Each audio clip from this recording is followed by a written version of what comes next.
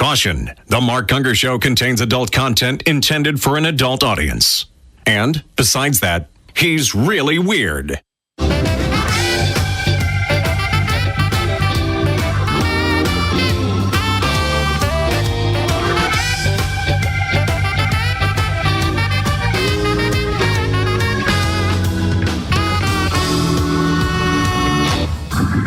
Welcome to the Mark Gungor Show with international marriage speaker and author of Laugh Your Way to a Better Marriage, Mark Gungor.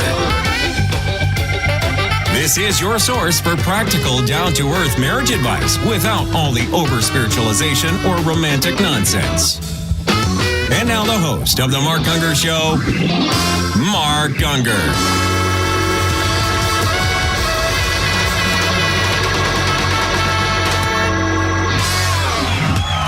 And the crowd goes wild with delirious joy. They've joined the Mark Gungor Show, the show that deals with all things concerning knowledge. Indeed, I'm your host, the one, the only Mark Gungor. Joining me as always, the very lovely and charming Diane Brierly. And she's gray, too. Mm-hmm. She got the gray memo. Phil, however, Philip James Gungor did not get the memo. I have a gray little pocket square. But that counts. That does help. And a velvet jacket. Engineering the show as always. Feel it? The very talented but eerily creepy Timothy Robert Ray, pushing buttons, twisting knobs, and trying to stay awake during the production of this incomprehensibly, immeasurably boring show. This is the show that handles your marital challenges, relational conundrums, and dating dilemmas that you can email to us at ask@markgungor.com. What do you got there?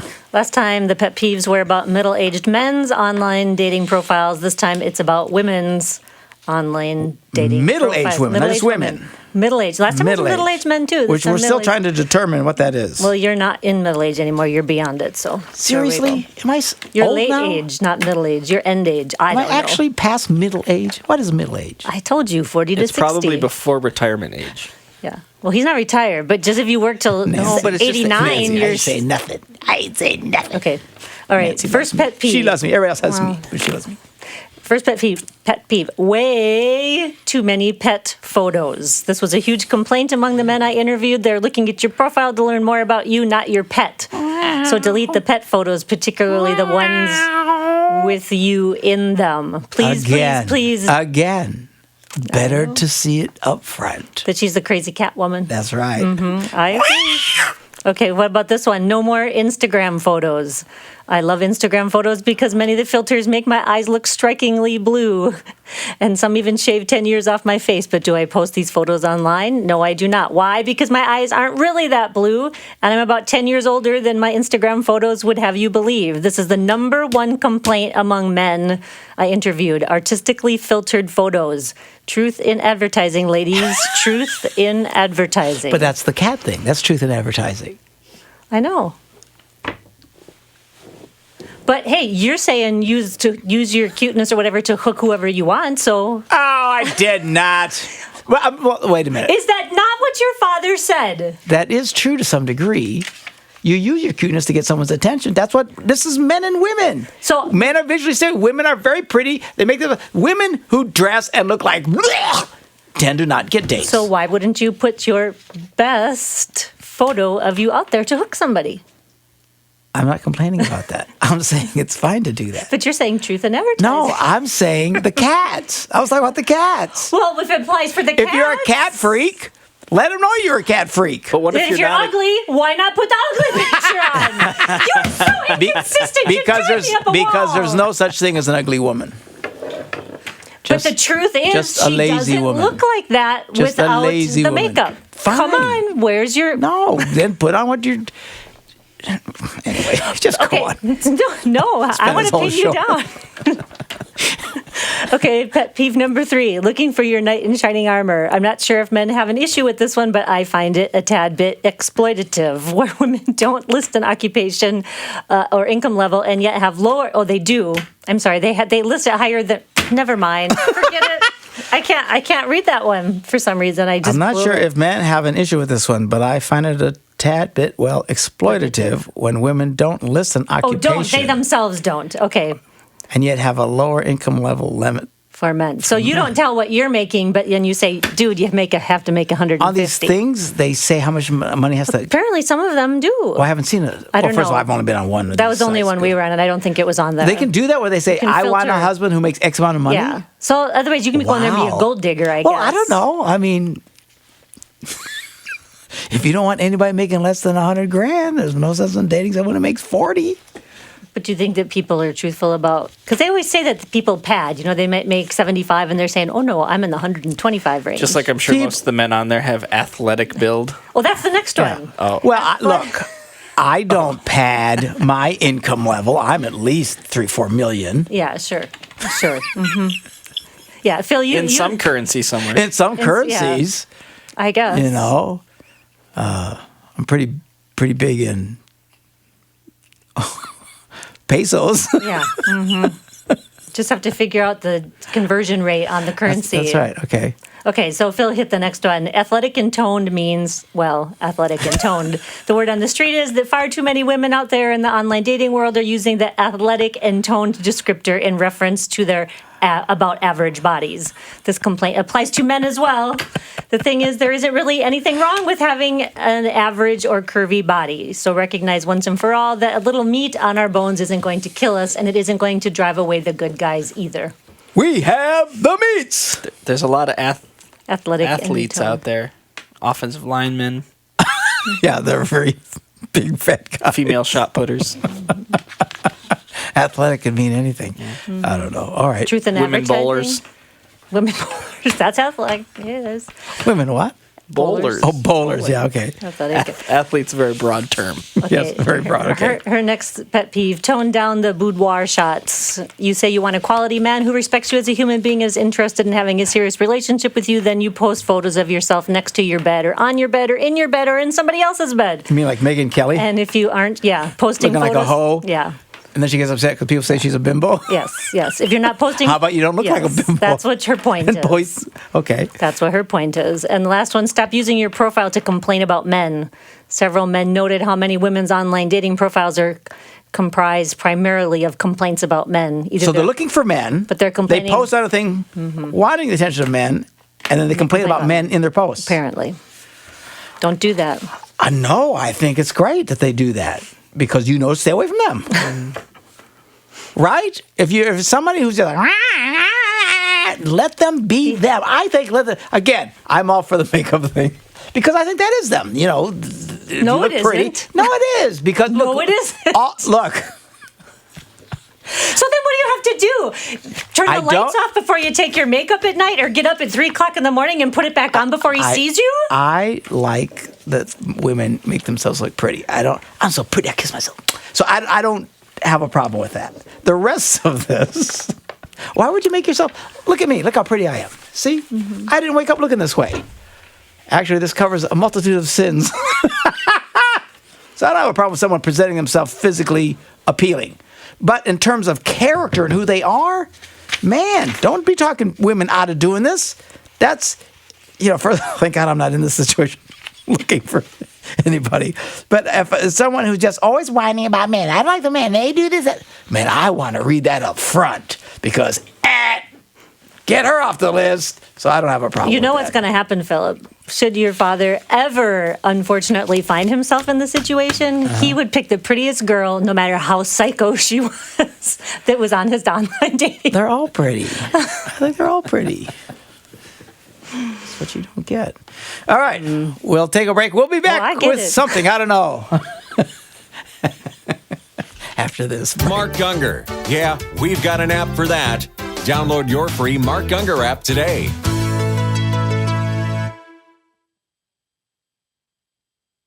Check your blues at the door. Check your blues at the door. So kick back and relax as we're checking our blues at the door. The music of Jimmy Bratcher. Check out his music at jimmybratcher.com. You're listening to and or watching the Mark Gungor Show. Tangle up You got it all together there? in wires here. So listen, we're going to do something a little bit different today. I want to discuss a survey. We did a survey that maybe some of you saw, maybe a lot of you saw. Not everybody took, but we had quite a few people. It was like well over 2,000, maybe pushing 3,000 people who took the responded to the survey. So it was a pretty good sampling of people from the Mark Gungor world, whatever that means, people who listen to us. And this is the survey. We wanted to find out some basic questions that we had because we would kind of understand the people who are connected with our world. So we did the survey, and we asked some basic questions. And we just want to go through these questions and talk about what some of this means. First thing we asked is how long have people been married? The biggest part of them responded to over 15 years. Is that right? Well, yeah, 35%. But a lot of people, that only been married a year, less than a year or whatever, that kind of stuff. So we kind of got a sense of how old they were. But we asked this, how many times have been married? And 80% of everybody that listens to us have been married one time. So it's not that we're talking to people who've been, overwhelmingly been through multiple marriages and stuff like that. Now, keep in mind, our audience is primarily a Christian audience. Okay. So I don't necessarily think it's representative necessarily of the world at large, but most of the people here have been, who listen to us, married Or one it time. shows that only people who've been married once are people likely to take a survey. Which is true. Maybe only people who've been married one time will take a survey. Did it show people who kicked the survey and didn't finish it? Or, on the results? Because maybe they got to that question and they thought, ooh, I've been married 12 times. I'm not answering it anymore. I don't know. 80% one time, 13% twice, and then, less from there. So it was quite a kick. 80%, boom, are just married. How old were you when you first married? We found this interesting. 46% are between 21 and 25 years old. So, I talk about young marriage, and most people in our audience actually did marry fairly young, a fair amount even younger. Of course, it varies. The guys were a little bit older because guys tend to marry younger women. So there was a bigger bump at the younger, 17 to 20. But there's a lot of women who get married at 18, 19, but they're marrying a 22-year-old guy or something like that. So, And part of that is, I think, because of the age of the respondents, because they tended to be a little bit older, and people who are older did get married younger. That's, you know what I'm saying? The waiting to get married till you're almost 30 is a more recent phenomenon, and our demographic tends to be a little bit, but not age dramatically. I mean, in this survey, because there were 3 different ones. This was the one off of Facebook. Okay. Almost 40% of the people who took the survey were in their 30s, 30 to 39, and then 20% in their 40s. 13% still in their 20s. So, yeah, it's not. May not be as reflected as I think what's happening immediately. Mm-hmm. There's no question people are waiting longer to get married, but most of the people in this country did not wait until they were in their 30s and 40s or even late 20s to get married. They got married a lot younger. This is getting skewed, as we know. I mean, that's a fact. Yes. Let's see. So how old are you? Here's what I found interesting. How would you rate your marriage? Either happy, very happy, or unhappy and very unhappy. What percentage would you think of people would rate happy or very happy? Nancy, what do you think? Huh? I'm staring at the results. Oh, she can see it. She can see it. She can't give a... It's funny. The bulk of people are happily married. 80% of people are saying, I'm either happy or very happily married. Which is surprising because we hear from everybody who's not. That's the thing. We tend to hear from people who are not happily married, which I guess is what it is.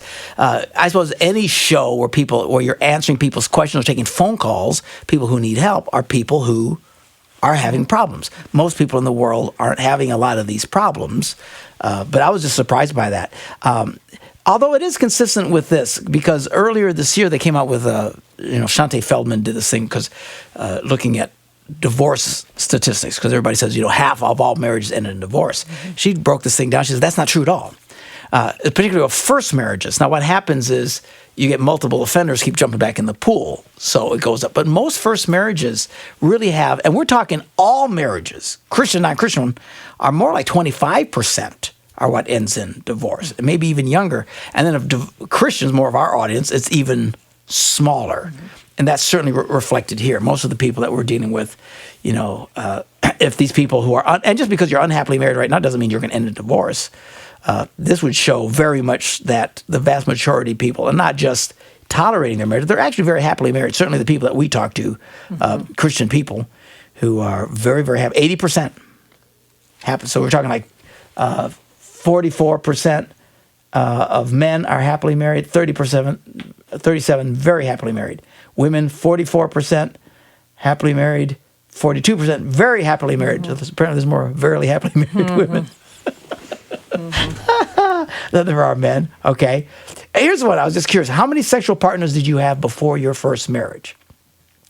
In our audience, almost 40% said 0. Which again is reflecting of a Christian.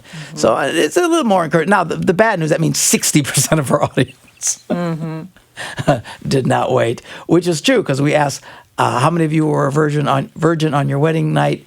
60 to 70% said They were not. They were not, which was kind of fun. It was inconsistent because there was a lot of people who said 0, but then the same people said most of them weren't virgins on their wedding night. So they weren't counting the person they married. They weren't counting the person they married. Right. Exactly.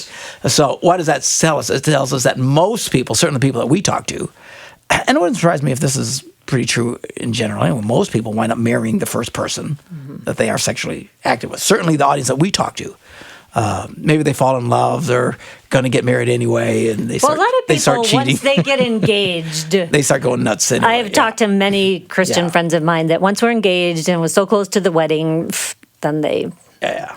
So it is what it is. It's not the end of the world, but just pretty interesting. I was surprised by this. How much did you spend on your wedding? Because we read what's the average? $25,000, I think, is $25,000. Yeah. And you hear me yelling and railing on this, which is fine, but it's really not our audience. Most people, and I mean it's a huge part, over 70%, $5,000 or less. Which I say, great. These are not people who went psycho crazy. The next group, 25% that spent. Unless their parents, most of them, their parents paid for it. Ooh, Yeah. that's true. That could have been the difference in the question. It wasn't how much their wedding cost, it's how much they actually spent. Oh, so maybe it wasn't worded right. Ooh. But if your parents pay, why are you paying for anything? Well, because you maybe pay they for did part the of it. honeymoon or something. You might pay for part of it. You pay for your rings. You pay for parts of it. That I didn't think of that when we were going over the results, Phil. That's very good. Yeah, but I don't have a problem with the parents Yeah. spending money. Parents want to spend. I spent a lot of money on my daughter's wedding. It's my daughter. Yeah. All the one I got. Yeah. I had the money. I spent it. Yeah. So, but people who go into debt to get married and said, this is not. Advisable. Yeah, exactly. In fact, I said, did you and your spouse go into debt to cover the wedding? And 85%, almost 90% said no. We didn't go into debt. So that's a good thing. A lot healthier there than I thought. How many years did you date before you married? Less than a year, 30%, which is pretty good. Okay. A year to 2 years, 40%. You're talking 70% of the people are doing what I say you should do. Yeah. Now, again, these people have been married for a while, and I think the problem is more currently where people are doing this nonsense of over dating way too long and stuff. This one, did you live together before you were married? 25% of the men said they did. 33% of the women said that they did. But 75 basically percent, 70% in there, they weren't living together. And some of that might be the short term, like the last month before they were married.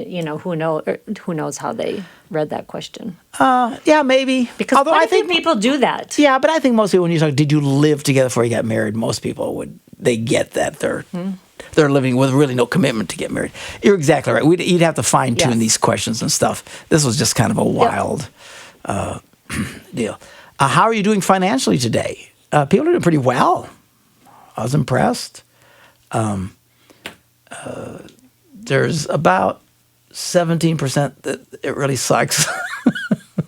20% that they're barely surviving, and then about another 20%. So I guess the 40%, I guess that's fair, that are having a hard time. 60% of people are doing just fine.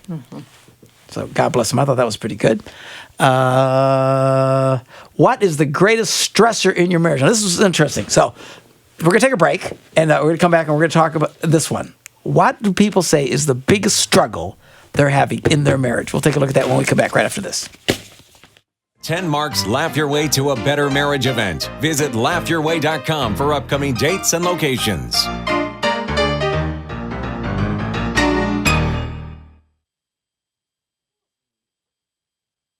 Headed down to the river where muddy water flows. We're back on the Mark Gungor Show, talking about love, marriage, and relationships. And we're talking about a survey that we just did. This one of these programs, some people think, well, man, that was really boring.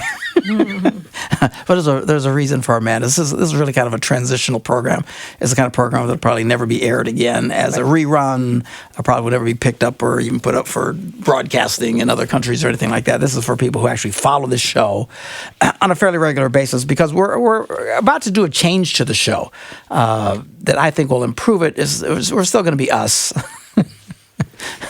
For better or for worse, but we want to make some adjustments because I felt this really for the last couple of years, that you just wonder, are we really talking to as many people as we could in ways that with questions they really have?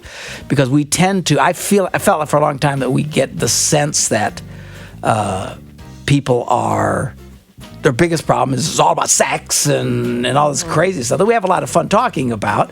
And I have no problem talking about it. We'll continue to talk about it and try and answer some people's questions that are really struggling. But that is not what most people are struggling with. Okay? So going through this, we're finding out, really how healthy our audience is. By and large, they're very healthy. Although I think they like the controversial questions because they get them.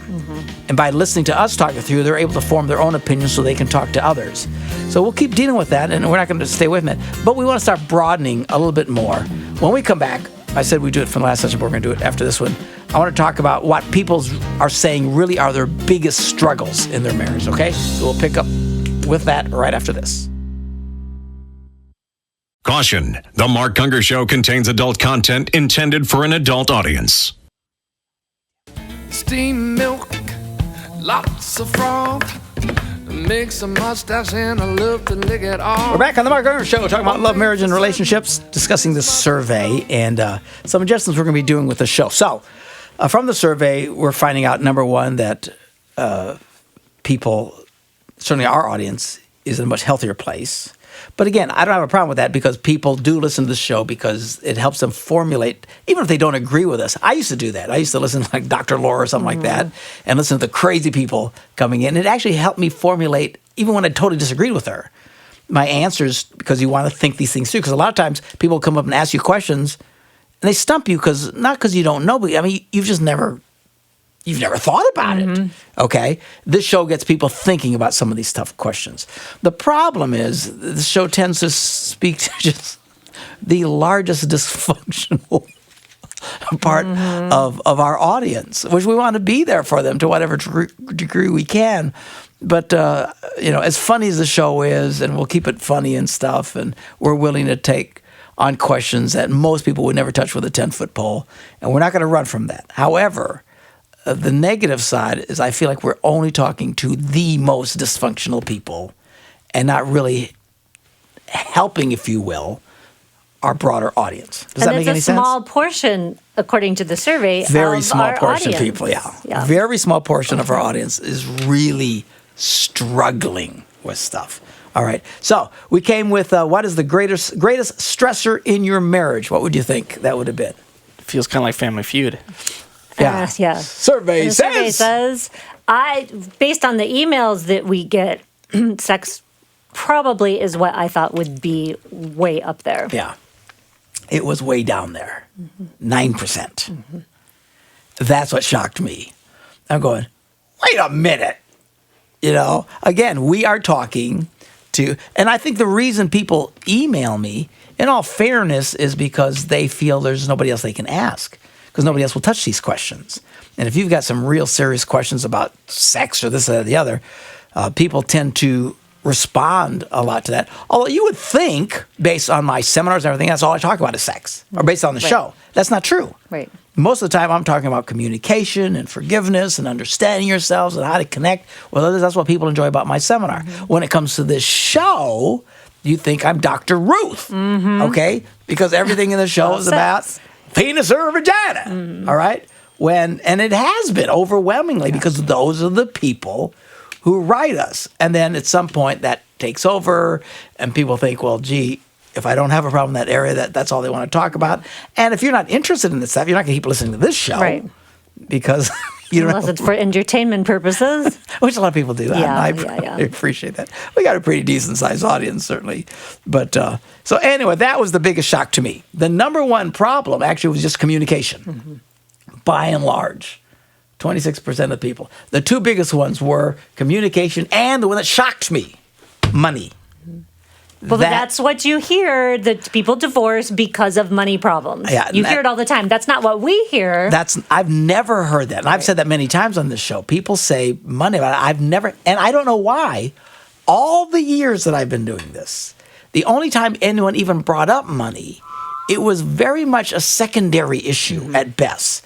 And in that case, we're talking on one hand. I'm probably thinking 3 people. 3 couples in all these years of talking to couples and everything, 3 couples have brought up to me that money was an issue. Interestingly enough, there were all other kinds of crazy issues and stuff in play. That's why I always dismissed it, and I think everybody's wrong about this kind of stuff. But I was surprised that, in point of fact, people's greatest issue, struggling, was with money. And so I thought, so we've been talking about, how could we deal with that? Sex was still big. It depended on, because you could break it down by gender. So if you broke it down by gender, 6% of the women said sex was a problem. But then it really bumped with guys. Of course it did. Up to 20%. So 9% overall, but then, much more for guys. Because I think for men, it's a bigger deal. It's a bigger deal because most men, quite frankly, get married to fulfill their sexual needs. And if they get married and they're not getting their sexual needs, that's a big problem. A lot of women are getting married because they want the fulfillment of their hearts. And if that doesn't get fulfilled, then they're married. So that real obvious stuff, all right? I'm not saying we're not going to keep talking about, but we just want to start dealing with some of these other issues. Some of the other questions that people had. Kids was an issue for 7%. In-laws, very small percent, 3%. Disrespect was real interesting, 6-7%. But there's a way to deal with that I want to start doing. People feel disrespected when they feel dissed. For example, we got that email from a guy who said, I'm a real peaceful guy and stuff, and he felt bad for who he was and stuff. And I'm sure people have disrespected him all his life for that. One of the things we want to start doing is bringing in more of helping you to understand yourself and your spouse so you can start not feeling disrespected and certainly not disrespecting each other. Lack of trust was 4%, not a real big deal. Ex-spouse, really low. But when the vast majority of our audience has only been married one time. That would be very low. That would be really low. So for us to spend lots of time talking about how to deal with an ex-spouse, probably not a good idea. Although it's a good idea to talk because people have to deal with people like that. It helps them formulate their thoughts. Health issues, 5%. Job issues, 7%. People struggle with these things. The biggest ones, though, obviously communication. And then there was other. Other was 17%, but people, they don't know how to read. Yeah, because a lot of the others fit the Fell in those categories. For example, what's one of your problems? My husband, he won't go to work. Well, that would be a job problem. Or, my cousin keeps coming over and saying, that would be my mother-in-law, something that would be an in-law problem or something like that. It's so funny, His kids do such and such, and well, that would be a kid's problem. Yeah. So a lot of what fell in the other were just people who just were so mad about whatever, and they wanted to actually literally type out what it is, but it still fell into some of these other categories, which I thought was kind of interesting. So anyway, here's what we want to do. And we're going to try this for a while, and hopefully it will succeed. If not, I don't have a problem failing for a while before we adjust accordingly. But we're going to start doing segments on the show. So the Mark Gungor Show will start out like we've always started out, but then we're going to break it into segments. One of the segments is going to be just on communication and relationship issues, and anything goes, just anything about marriage, and then we can always pull out, there's some relevant sex talk thing or something that we want to do, which fine. The next segment we want to do is what we're going to call our flag page segment, which is this program that I've used for 15 years to help couples. It is without question the single greatest tool I've used to help couples succeed. It's other than the information I talk about how men and women think. I'm sure that helps more people in general. But in terms of troubled couples to come to me talking about the nothing box doesn't help them. The one thing that really helps these people is talking about understanding who they are and who the other person is. I have seen couples who've come into my office, they were on the verge of divorce, and walked them through that program. And I'm not exaggerating, in as little as 90 minutes, saw a complete transformation to where they walk out holding hands, smiling. And I've never understood it. It blows me away. I'll call Larry Bellata, the guy who wrote the program, and say, this is insane. How can you walk in? I hate you. I want you to die a slow, terrible death and divorce you and never see you again. And 90 minutes later, you're holding hands and smiling. How is that even possible? But I think it goes to this disrespect thing, where people don't feel validated for who they're not understood. And by using this program, we help people to center up. So we're going to start using this program more and doing a whole segment. So we'll start with the communication segment. We want to do the flag page segment about discovery and understanding who you are and helping some of these couples. And if you're struggling as a couple about, it doesn't have to be sex, about just anything. And I don't understand this and he doesn't understand and we're not connecting this way. Great, write us if we feel that this program would help. Diane will probably have you do the test. Obviously, we'll pay for the test, so it won't cost you anything. Nothing else, write in for free test. Yeah. And then talk this through with them, okay? So that's the second. The next segment we want to start tackling is money issues. How to communicate about money, how to prioritize about money. Money's a big deal, particularly if you don't have it. Mm-hmm. And a lot of people, it's not that they don't have it, is they just don't have anything left at the end. Okay? So anyway, we'll take a break right now. We'll come back and we'll pick up the rest of the conversation right after this. Have a marriage dilemma? Email your questions to ask@markgungor.com and Mark can answer them during one of our shows.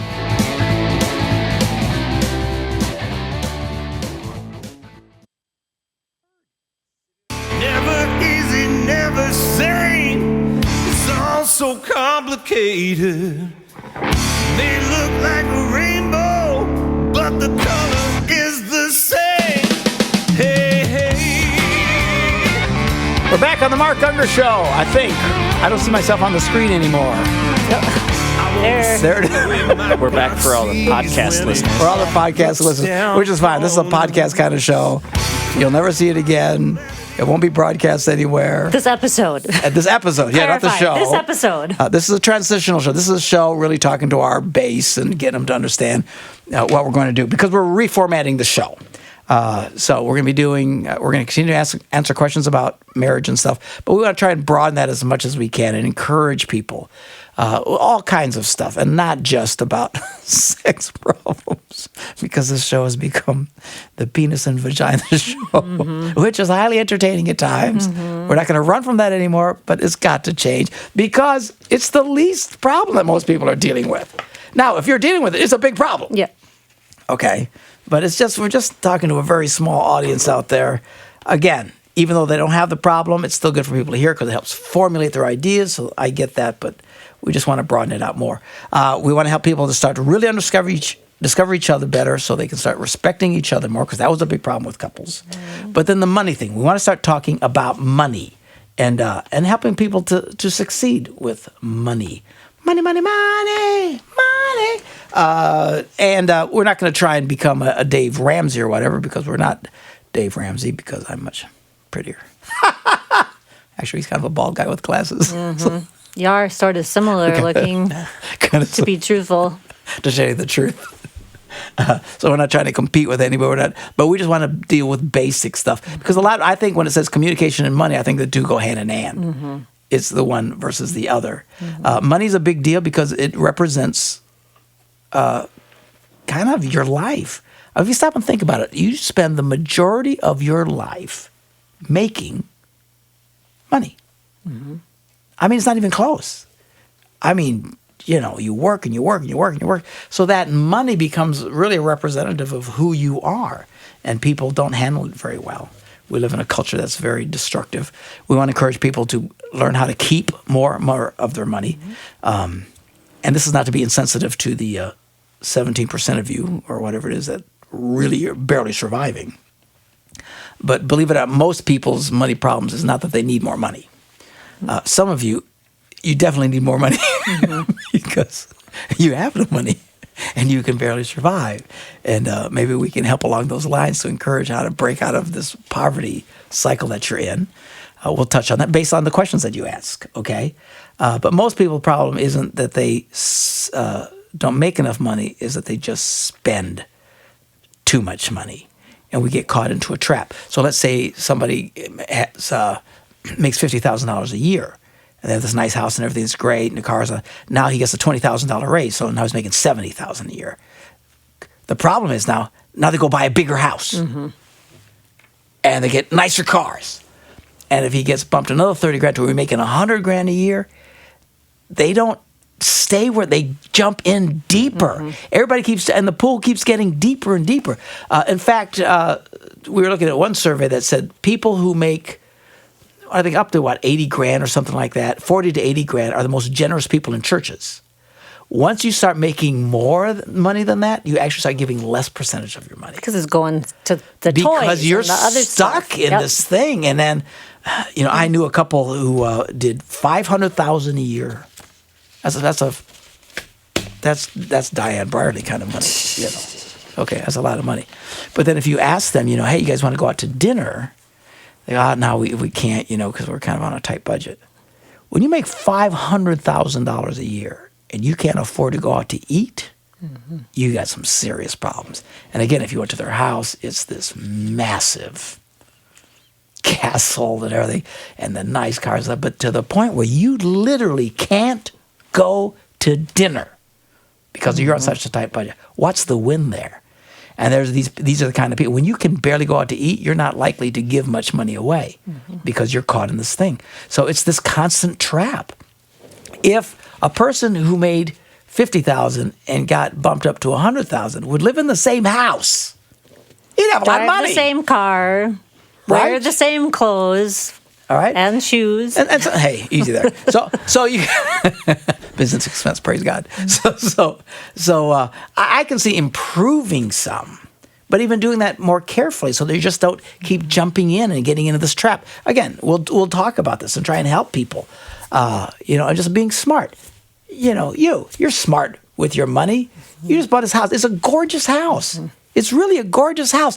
My boat costs more than her house. Not that my boat is all that expensive, but her house I got a killer deal. $80,000 is obscene. Who gets a house like that for $80,000? Well, first of all, you live in a sucky little town that nobody wants to live in. Thanks. Thanks. Well, it is. But no, the truth of the matter is, I looked for 2 months, and sucky little houses in the sucky little town were going for way more than that. Yeah. I mean, I just really hit a fabulous deal on a fabulous house. But you can basically, boom, at that expense. So again, these are some of the questions that we'll answer and help people walk some of the stuff through. What's the point?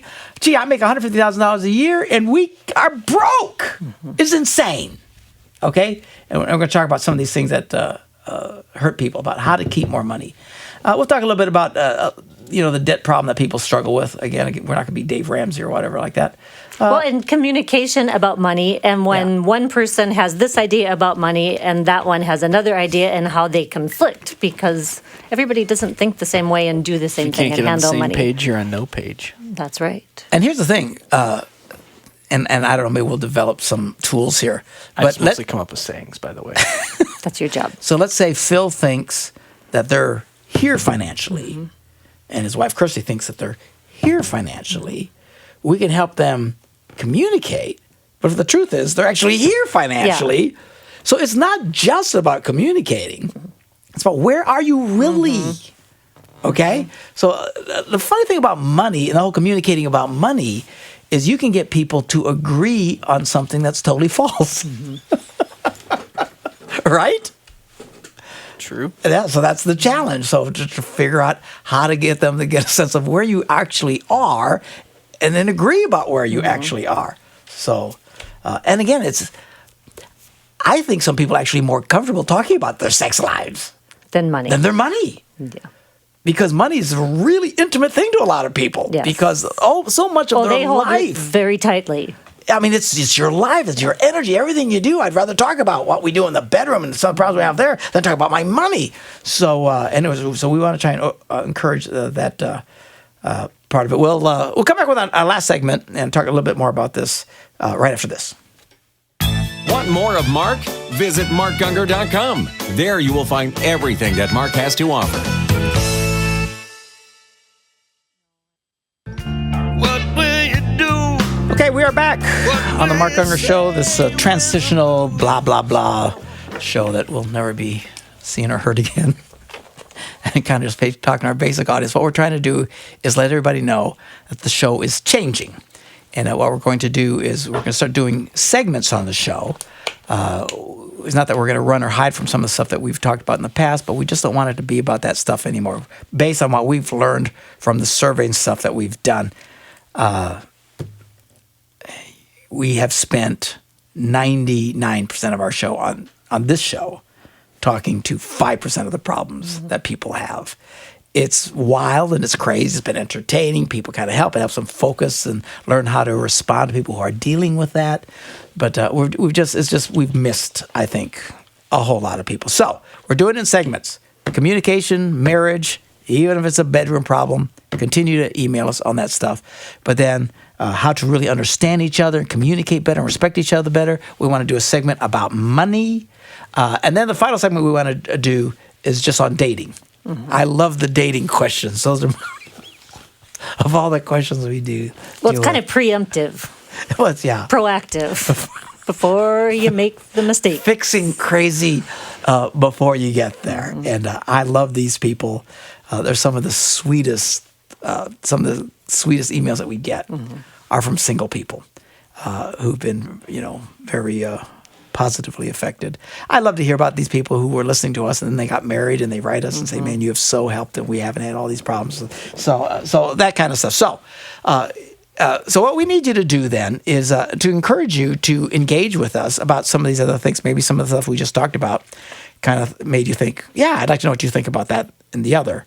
And thinking, you haven't emailed because All they talk about is penises and vaginas. you don't have a penis problem. Yeah. So communication, understanding each other, how to deal and succeed with money, because that's a big thing. And I promise you, if you can't get the money thing right, it'll suck the joy out of your life.